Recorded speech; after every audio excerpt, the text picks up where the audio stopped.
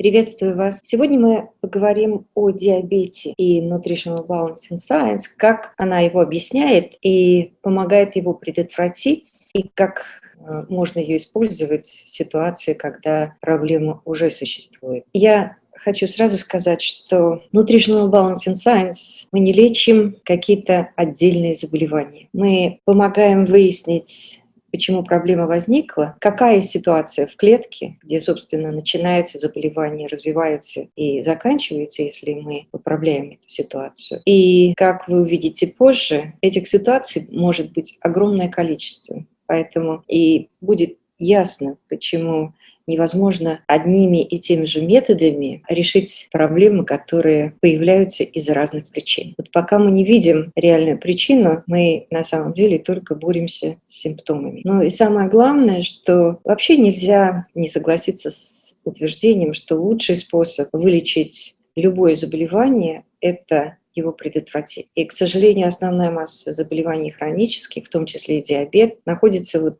в этой группе хронических заболеваний, что, собственно, по определению значит, что они не лечатся. Хроническое – это значит навсегда. И именно потому, что причина не появляется, не адресуется, ну и, естественно, она никуда не уходит. Хотела бы вас ознакомить со статистикой Американской ассоциации диабета. Специально не переводила для того, чтобы вы поняли, что я просто скопировала и поместила сюда, ничего не меняя. Я вам переведу, конечно, для тех, для кого английский язык – проблема. Как видите, огромные цифры. Еще в 2015 году 30 миллионов и 300 тысяч американцев, около 9,5% всего населения имеют диабет. Огромное количество, 7,2 миллиона не диагностированные, наверняка больше. Каждый год добавляется примерно 1,5 миллиона продиагностированных заболевших диабетом. 7-е место занимает причина смерти от диабета в списке всех причин. 327 биллионов, не миллионов, а биллионов в марте прошлого года статистика опубликована. Это стоимость лечения. Ну, я бы так сказала, это ведь не лечение, если мы не вылечиваем, а попытка компенсировать присутствие диабета. И что самое важное, я хотела бы обратить ваше внимание на утверждение в самом низу. Смысл его такой: независимо от типа диабета, диабет – неизлечимое заболевание. И нет никакой возможности предвидеть ваши шансы заболеть диабетом первого типа. Но вы можете ознакомиться с его симптоматикой. Здесь я также хотела бы для тех, кому интересно побольше узнать и почитать те публикации, которые уже есть, а их огромное количество. Здесь я привожу только некоторые. Для того, чтобы вы поняли, что исследований в этой области на основании анализа волос очень много. Это не какое-то молодое, только возникающее направление. Это уже достаточно давно существующее, но, к сожалению, пока еще не мейнстрим, по некоторым причинам, о которых я уже говорила в начальных своих лекциях. Но для тех, кому захочется знакомиться глубже, я могу прислать очень большой список всевозможных научных публикаций в разнообразных научных журналах в различных источниках. Что же такое диабет с точки зрения нашей современной аллопатической медицины? Это хроническое заболевание, при котором организм не может вырабатывать инсулин или использовать уже имеющийся. Когда инсулина недостаточно или он не работает должным образом, уровень глюкозы в крови повышается.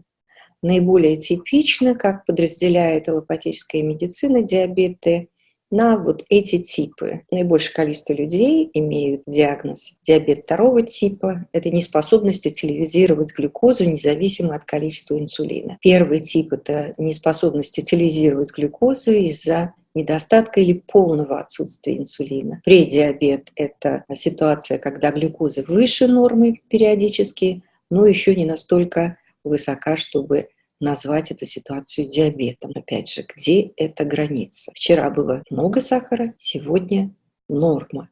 Болею я или не болею? Диабет беременных. Повышение глюкозы во время беременности. Как определяет диабет Nutritional Balance in Science? Альтернативное определение. Это нарушение способности организма регулировать использование глюкозы как основного источника энергии. То есть это способности всего организма, не отдельной части его. Это не проблема только поджелудочной железы, это проблема всей системы. Неспособность использовать глюкозу как основной источник энергии. А без энергии организм существовать не может. Поэтому в этот очень важный для всего организма процесс вовлечен весь организм, а не одна гланда. А предиабет – это адаптация организма к избытку или недостатку энергии, что, собственно, еще не называется как заболевание, но ситуация проблемы уже есть, она постепенно нарастает в клетках. Вообще любое заболевание серьезное,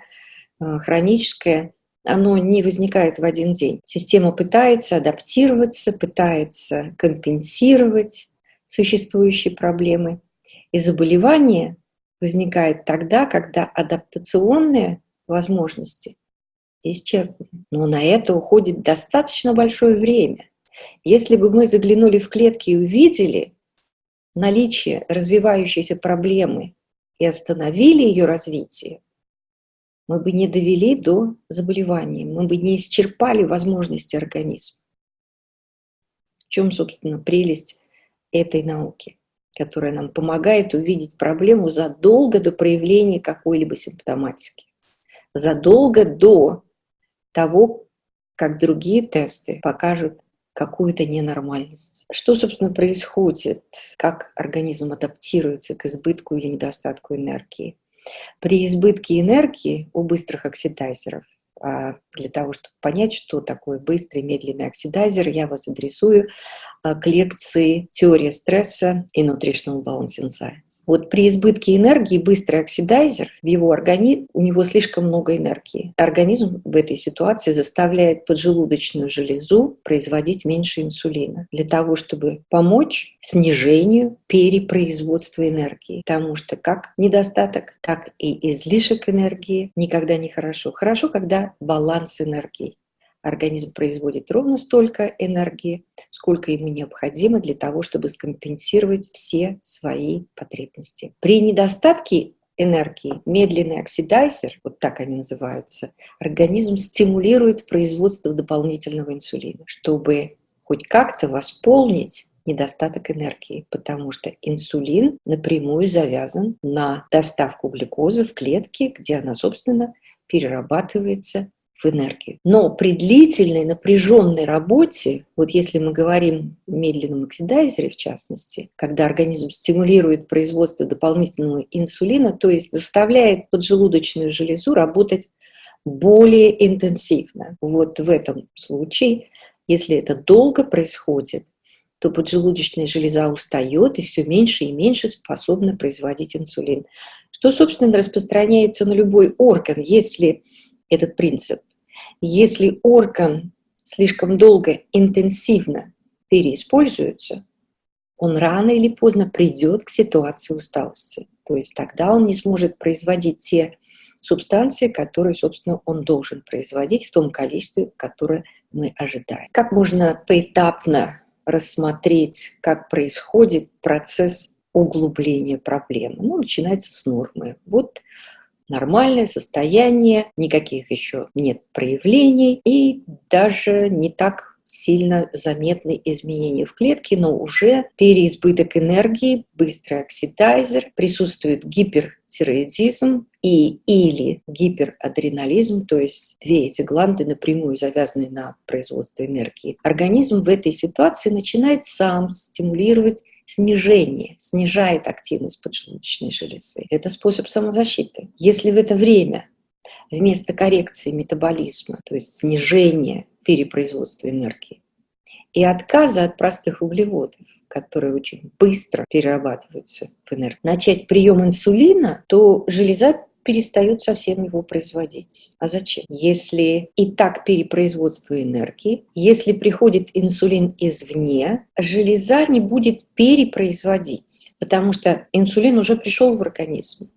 Перепроизводство очень опасно, поэтому она начнет еще более и более уходить в покой. Фабрика закрывается. Всю работу за нее уже сделали. Вот это диабет первого типа, типичный, классический, скажем так. Потому что мы с вами рассмотрим впоследствии, какие еще есть ситуации, для создания диабета первого типа. Вот норма медленный оксидайзер. Потребляет много глюкозы. Если потребляется много глюкозы, то поджелудочная железа обязательно должна выпустить много инсулина, ее доставку. И если много инсулина за короткое время выделяется, то много глюкозы доставляется в клетки, что, собственно, создает на какое-то короткое время избыток энергии, потому что там она в энергию превратится. Но в крови уровень глюкозы упадет. А, как мы знаем, голод возникает в ситуации так называемой голодной крови. И вот уровень глюкозы падает и возникает в крови. И возникает ощущение голода. Человек хочет еще больше потребить простых углеводов. И если он это делает, происходит больше ее потребления, организм, соответственно, поджелудочная железа производит еще больше инсулина, еще ниже падает уровень глюкозы в крови, что вызывает еще большее желание съесть кусочек сладкого, чтобы быстро восполнить это неприятное ощущение. Еще больше начинает человек потреблять простых углеводов. Вот это начинается замкнутый круг потребления все больше и больше простых углеводов, ну, как углеводная наркомания или как алкоголизм. Почему, собственно, сахар ставят в эту единую линию субстанций, от которых у человека возникает зависимость. Ну и еще большее производство инсулина. Вот это все вместе, как снежный ком нарастает. Но для производства инсулина организм ведь использует свои ресурсы. Это ведь сложная компонентная молекула, и в ней много чего есть. Вот это много чего мы с вами впоследствии рассмотрим. И если это используется быстрее, чем может поступать и скомпенсироваться для последующего производства, организм входит в дефицит этих элементов, и в связи с этим он не может построить качественный инсулин, его качество снижается. Ну а раз его качество снижается, то и снижается способность утилизации глюкозы, на чем мы остановимся поподробнее впоследствии. Вот это диабет второго типа, опять же, в общем, без деталей. А в детали мы углубимся. Так вот, длительная интенсивная нагрузка поджелудочной железы приводит к ее усталости, как я уже говорила, и неспособности продолжать производить достаточное количество инсулина. Но если в это время, вместо того, чтобы дать ей отдохнуть, восстановиться, снизить до минимума поступление простых углеводов, не заставлять ее так активно работать, дать организму источники энергии, которые не требуют такой нагрузки поджелудочной железы, не требуют такого выплеска инсулина. Если вместо этого начать гормонозаместительную терапию, то есть давать извне инсулин, то поджелудочная железа совсем перестанет выполнять свою работу. Медленно, это не происходит сразу после первого, второго укола. Постепенно происходит снижение собственного производства только потому, что все время поступает уже готовая субстанция извне. Потому что перепроизводство опасно и много последствий, если излишек этой субстанции. Вообще все гормоны в недостатке или излишки, тут трудно сказать даже, что опаснее.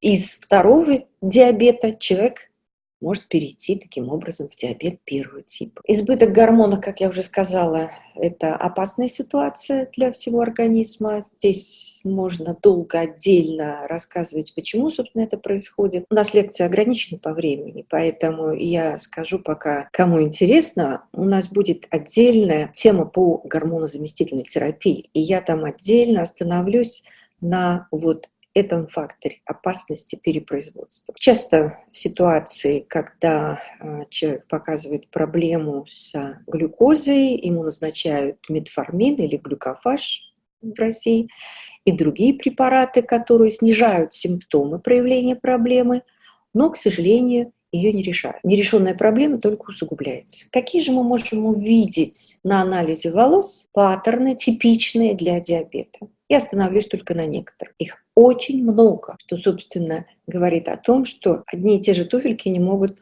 подойти всем. Разные ситуации, соответственно, требуют разного подхода. Но основные. Типичная картина для диабета первого типа. Слишком активно работающая щитовидка и надпочечник. И, соответственно, возникает потребность снижать производство инсулина. Здесь мы также видим очень низкий цинк, который, собственно, ответственен за складирование кристаллированного инсулина в поджелудочной железе. То есть его очень мало. Диабет второго типа, классическая картина, когда очень слабо работают надпочечники, как видите, натрий и калий очень низкие, высокий кальций и магний.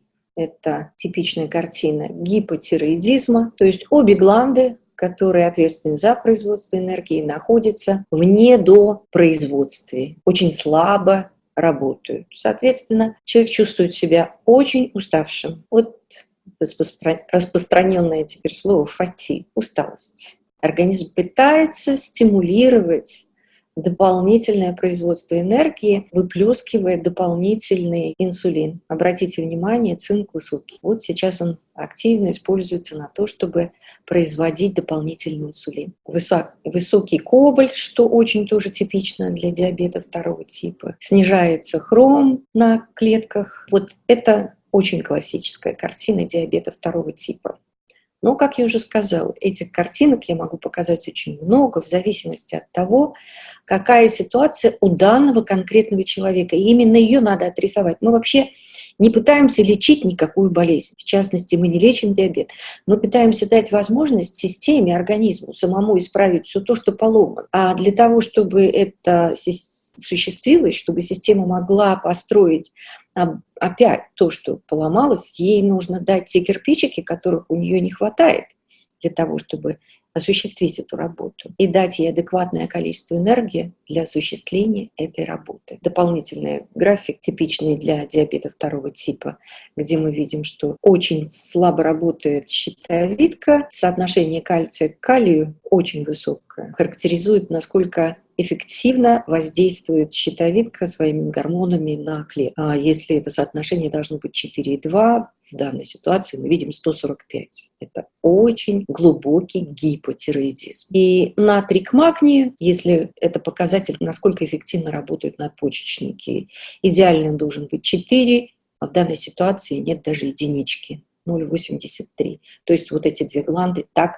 слабо работают, а соотношение кальция к магнию показывает нам, насколько сильно, много выделяется инсулина. В идеале это соотношение должно быть 7, а мы видим 30,21. То есть очень сильное перепроизводство инсулина в данной ситуации. Но утилизация нарушена. Глюкоза. Мы об этом поговорим в деталях. Так вот, в деталях, опять же, это не все детали, потому что, как я уже сказала, время нашей лекции ограничено, а тема достойна того, чтобы о ней говорить 24 часа 7 дней. Это очень системная проблема. Так вот, какие же питательные вещества вовлечены в процесс превращения глюкозы в энергию, и при их дисбалансе, как они влияют, собственно, на весь этот процесс. Неважно, в каком месте длинной цепочки цепочка рвется, результат один и тот же. Его не будет. Не будет получения энергии, утилизации глюкозы в клетках. Так вот, в этой длинной цепочке преобразования питательных веществ в энергию, вот давайте рассмотрим хотя бы некоторые. Цинк – это необходимая часть кристаллического инсулина, запасаемого в поджелудочной железе в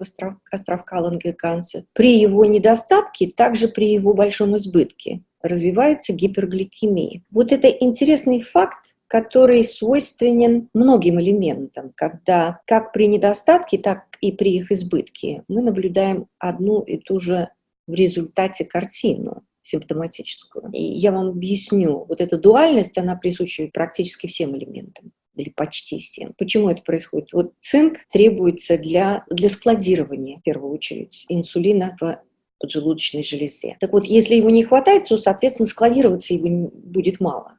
А если его слишком много, то он будет складироваться, но не выпускаться.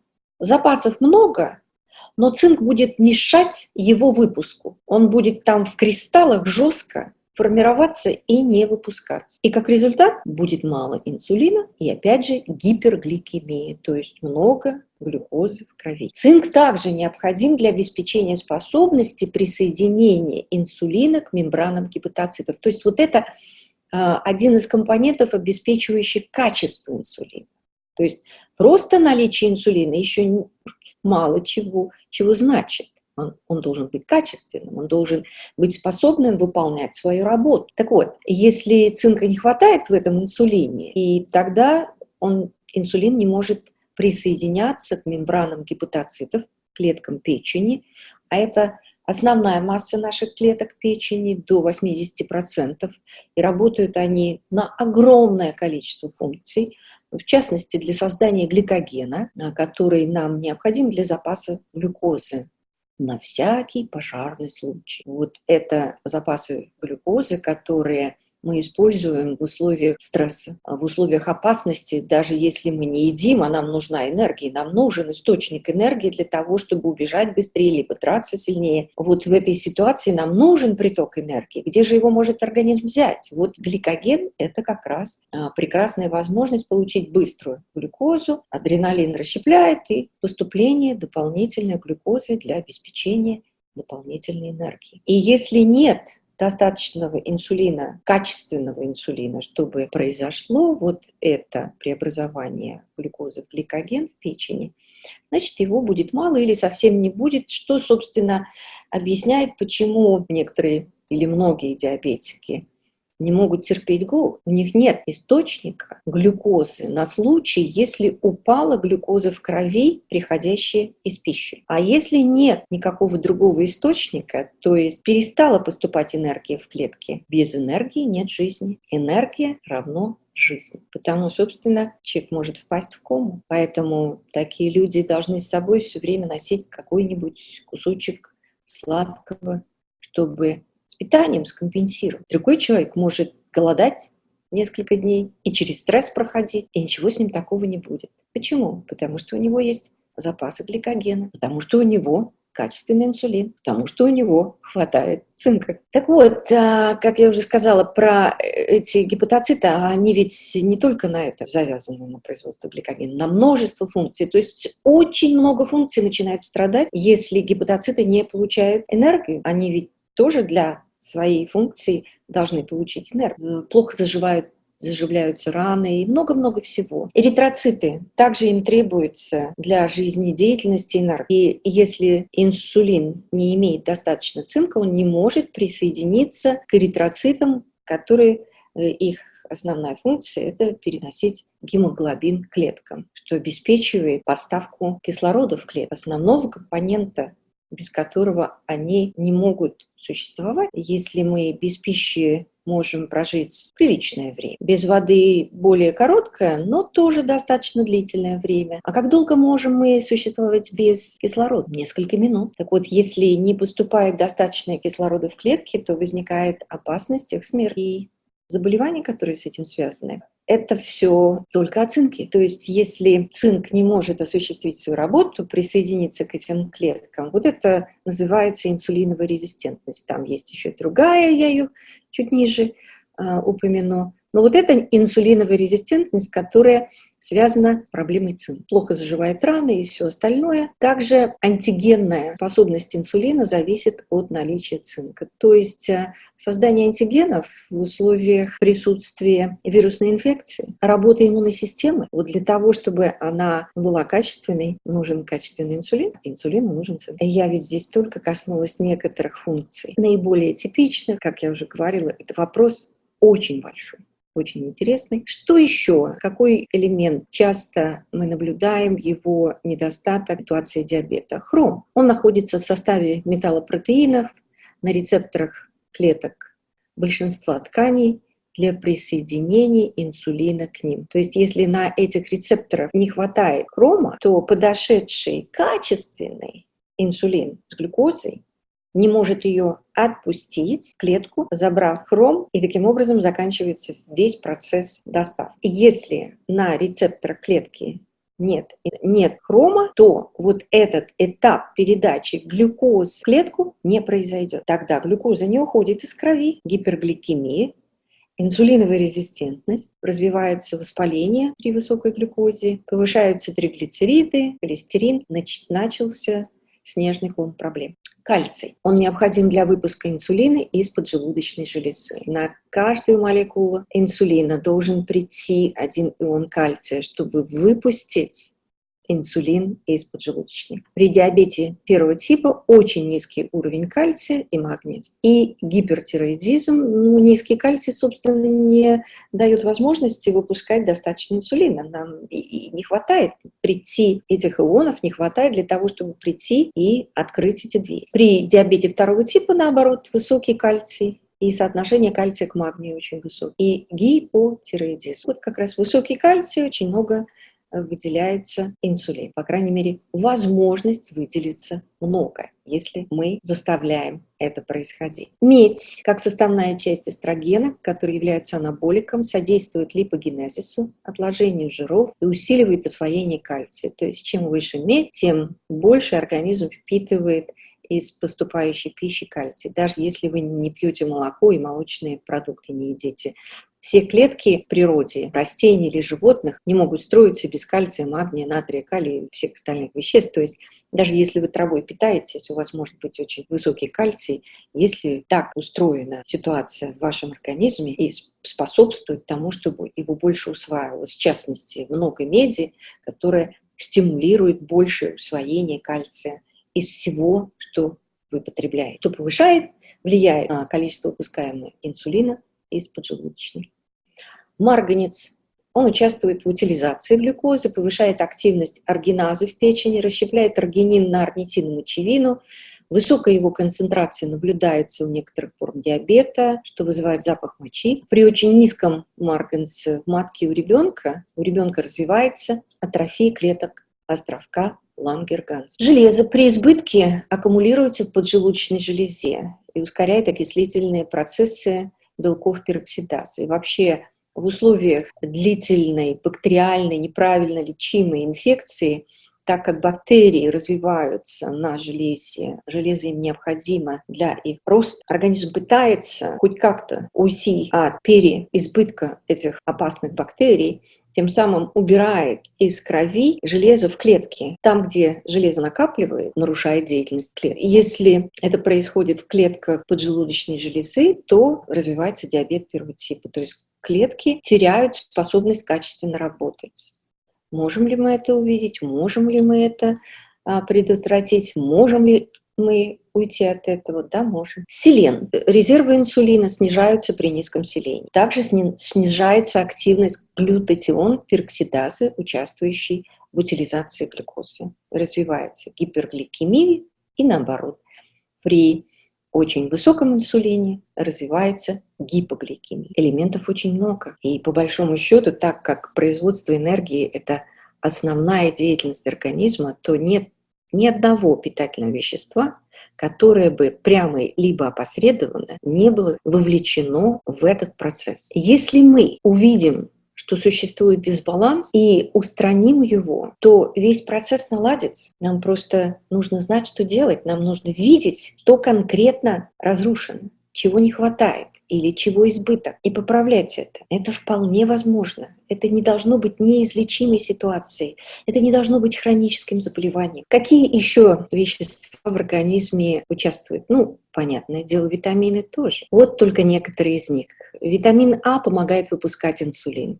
Он влияет непосредственно на содержание цинка и кальция. Витамины – это лошадки, которые помогают элементам впитываться, проходить через желудочно-кишечный тракт и использоваться правильно. То есть это лошадки-доставщики. При их недостатке возникает проблема с усвояемостью питательных веществ. Так вот, витамин А помогает усваивать больше цинка и кальция. Но при избытке витамина А он заставляет поджелудочную железу снижать выделение инсулина. Опять же, через воздействие на цинк. Витамин В1, тиамин, влияет на активность транскеталазы, фермента для окисления углеводов. Он обычно низкий у диабетиков и развивается диабетическая невропатия, поражение нервов, приводящее к онемению и боли в конечностях. Витамин В6, перидоксин, он влияет напрямую на уровень усвоения магния, перидоксал 5 фосфатазы. Обычно недостаток у этого витамина у как диабетиков первого типа, так и диабетиков второго типа. Цианокобаламин, витамин В12.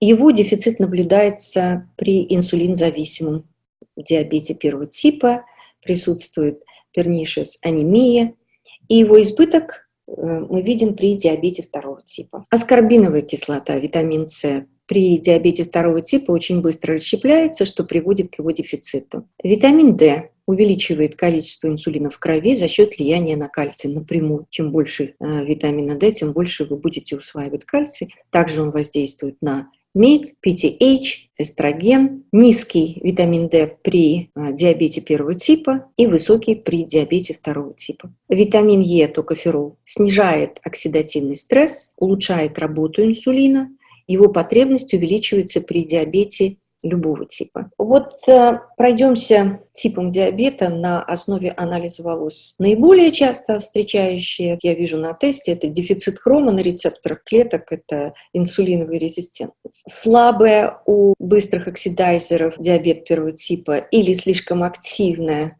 у медленных оксидайзеров диабет второго типа, работы поджелудочной железы. Я вам показывала уже примеры этих тестов. Диабет беременных – это слишком высокий уровень эстрогена, при котором очень высокая медь и низкое соотношение цинка к меди, что вызывает производство инсулина. Синдром поликистозных яичников, полицистиковый овариан синдром, он связан с перепроизводством андрогенов, и тогда мы видим высокий цинк на тесте и высокое соотношение цинка к меди, что, собственно, вызывает повышение запасов и снижение выпуска инсулина, гипергликемия. Pituitary гипофиз, диабет гипофиза, возникает при нарушении работы гипоталамуса или pituitary гланды, что снижает выделение антидиуретического гормона. Это состояние сопровождается повышенным выделением мочи и жаждой. Нарушение работы надпочечников или щитовидной железы приводит к нарушению работы всей системы утилизации глюкозы. Диабет, вызванный инфекционными заболеваниями, как я уже говорила, бактерии повышают уровень железа в клетках, снижается медь, вирусы повышают потерю цинка в борьбе с вирусом. Диабет, вызванный приемом медицинских препаратов всевозможных, наиболее типичны стероидные, статины, антипсихотик, диуретики, антигипертенсивные препараты от высокого давления и так далее. Это все не отдельные перечень разных диабетов. Они могут сочетаться, вот это все, в разных вариантах. И потому, сколько можно назвать диабет? Много. Разные картины, у каждого будет какая-то своя отдельная. Симптоматика одна, и потому мы используем это слово, этот диагноз диабет. Но картина проблемы разная. Как же можно ее решить, эту проблему, если причины разные? Если мы их не адресуем, она никуда не уйдет. А если мы не смотрим в клетки, где, собственно, находится проблема, то мы не можем выяснить, чего организму данного человека не хватает или чего избыток, что надо поправить. Как компенсирует диабет аллопатическая медицина? Как мы уже говорили, она его не лечит, это неизлечимое заболевание, хроническое. А как компенсирует? При помощи диеты.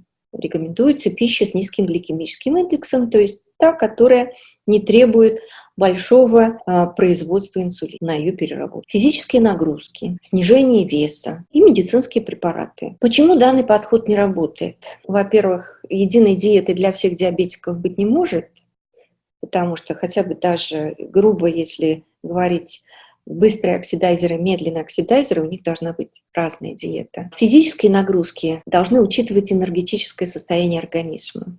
То есть, когда избыток энергии, то интенсивные физические нагрузки – это как раз очень логично. Ее надо потратить вместо того, чтобы она разрушала организм. Это правильно. А если у человека гипотиреоидизм и слабоработающие надпочечники, и у него совершенно нет никакой энергии, вот в это время заставлять организм еще какую-то сильную физическую нагрузку осуществлять, это не значит, что вообще нужно перестать двигаться. Категорически нет. Йога, растяжки, тайчи, гулять, все, что заставляет кровь двигаться, лимфу двигаться, это, конечно, нужно.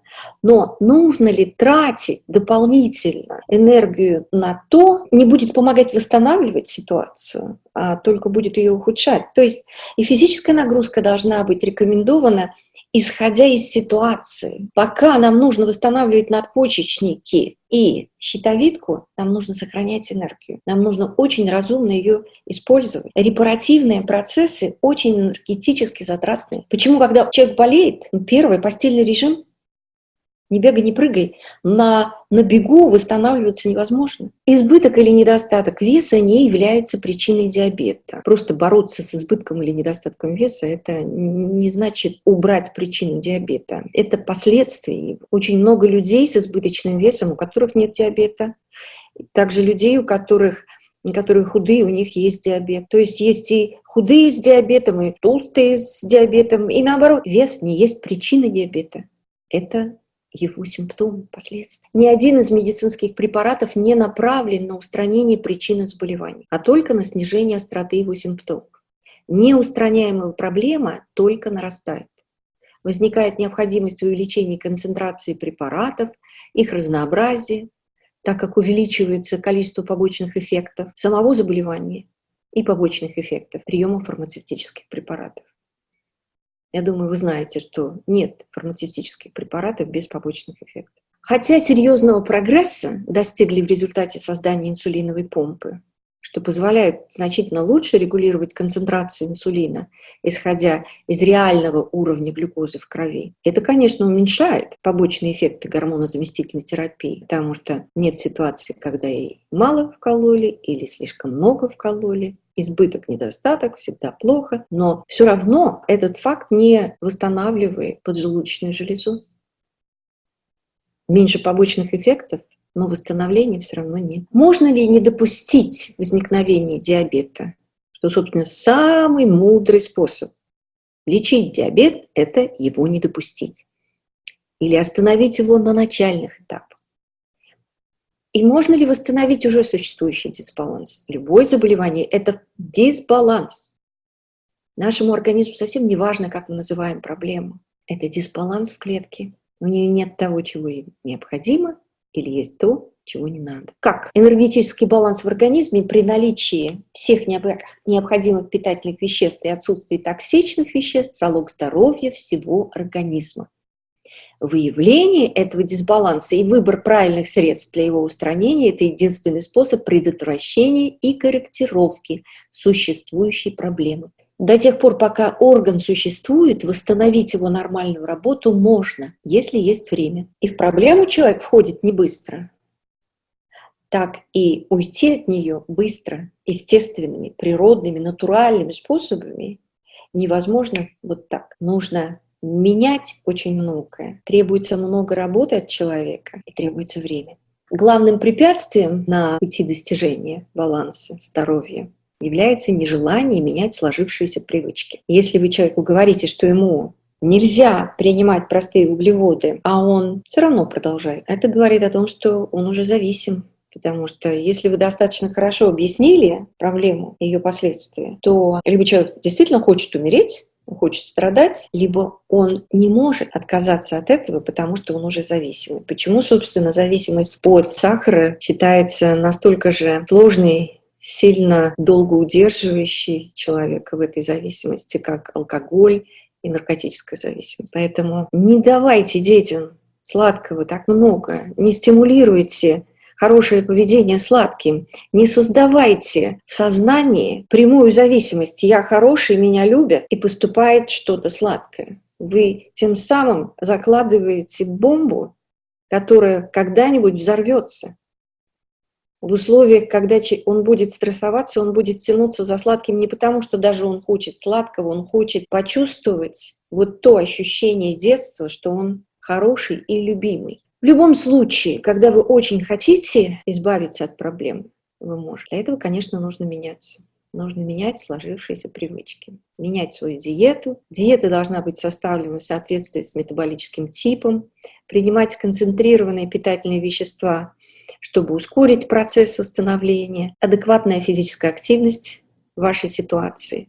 Бани, сауны, тоже правильное их использование, я им посвящу отдельную тему. Контроль психоэмоционального состояния, правильная реакция на стрессорные ситуации. Вот это тот фактор, который основная масса людей до сих пор недооценивает. Если человек входит в стресс очень часто, не умеет контролировать его, не знает, как компенсировать последствия стресса, я бы назвала из всех причин болезней. Первую – это лень, отсутствие сил воли.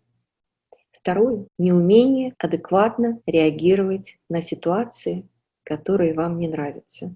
Вот то, что мы называем стресс. Ну и другие дополнительные методы для восстановления баланса энергии. То, что я предлагаю своим пациентам на программе восстановления баланса. Как вы видите, это не какая-то магическая таблетка, вообще никакой здесь магии. Здесь на самом деле все просто. Самое сложное, как я уже сказала, отказ от сложившихся привычек питания и привычек, как вы думаете, как вы реагируете на события. Конечно, этому я посвящу даже несколько лекций. Вот психоэмоциональное воздействие на биохимическое состояние организма – это серьезное. В последнее время этой теме очень много в нейрофизиологии уделяется, исследований очень много проведено. И я думаю, что сейчас уже мало кто может сказать, я совершенно не представлял, что стресс может меня разрушать. Не случайно в русском языке есть такое выражение: все болезни от стресса. И научиться адекватно реагировать в ситуации, которые вам не нравятся, что я называю под адекватным,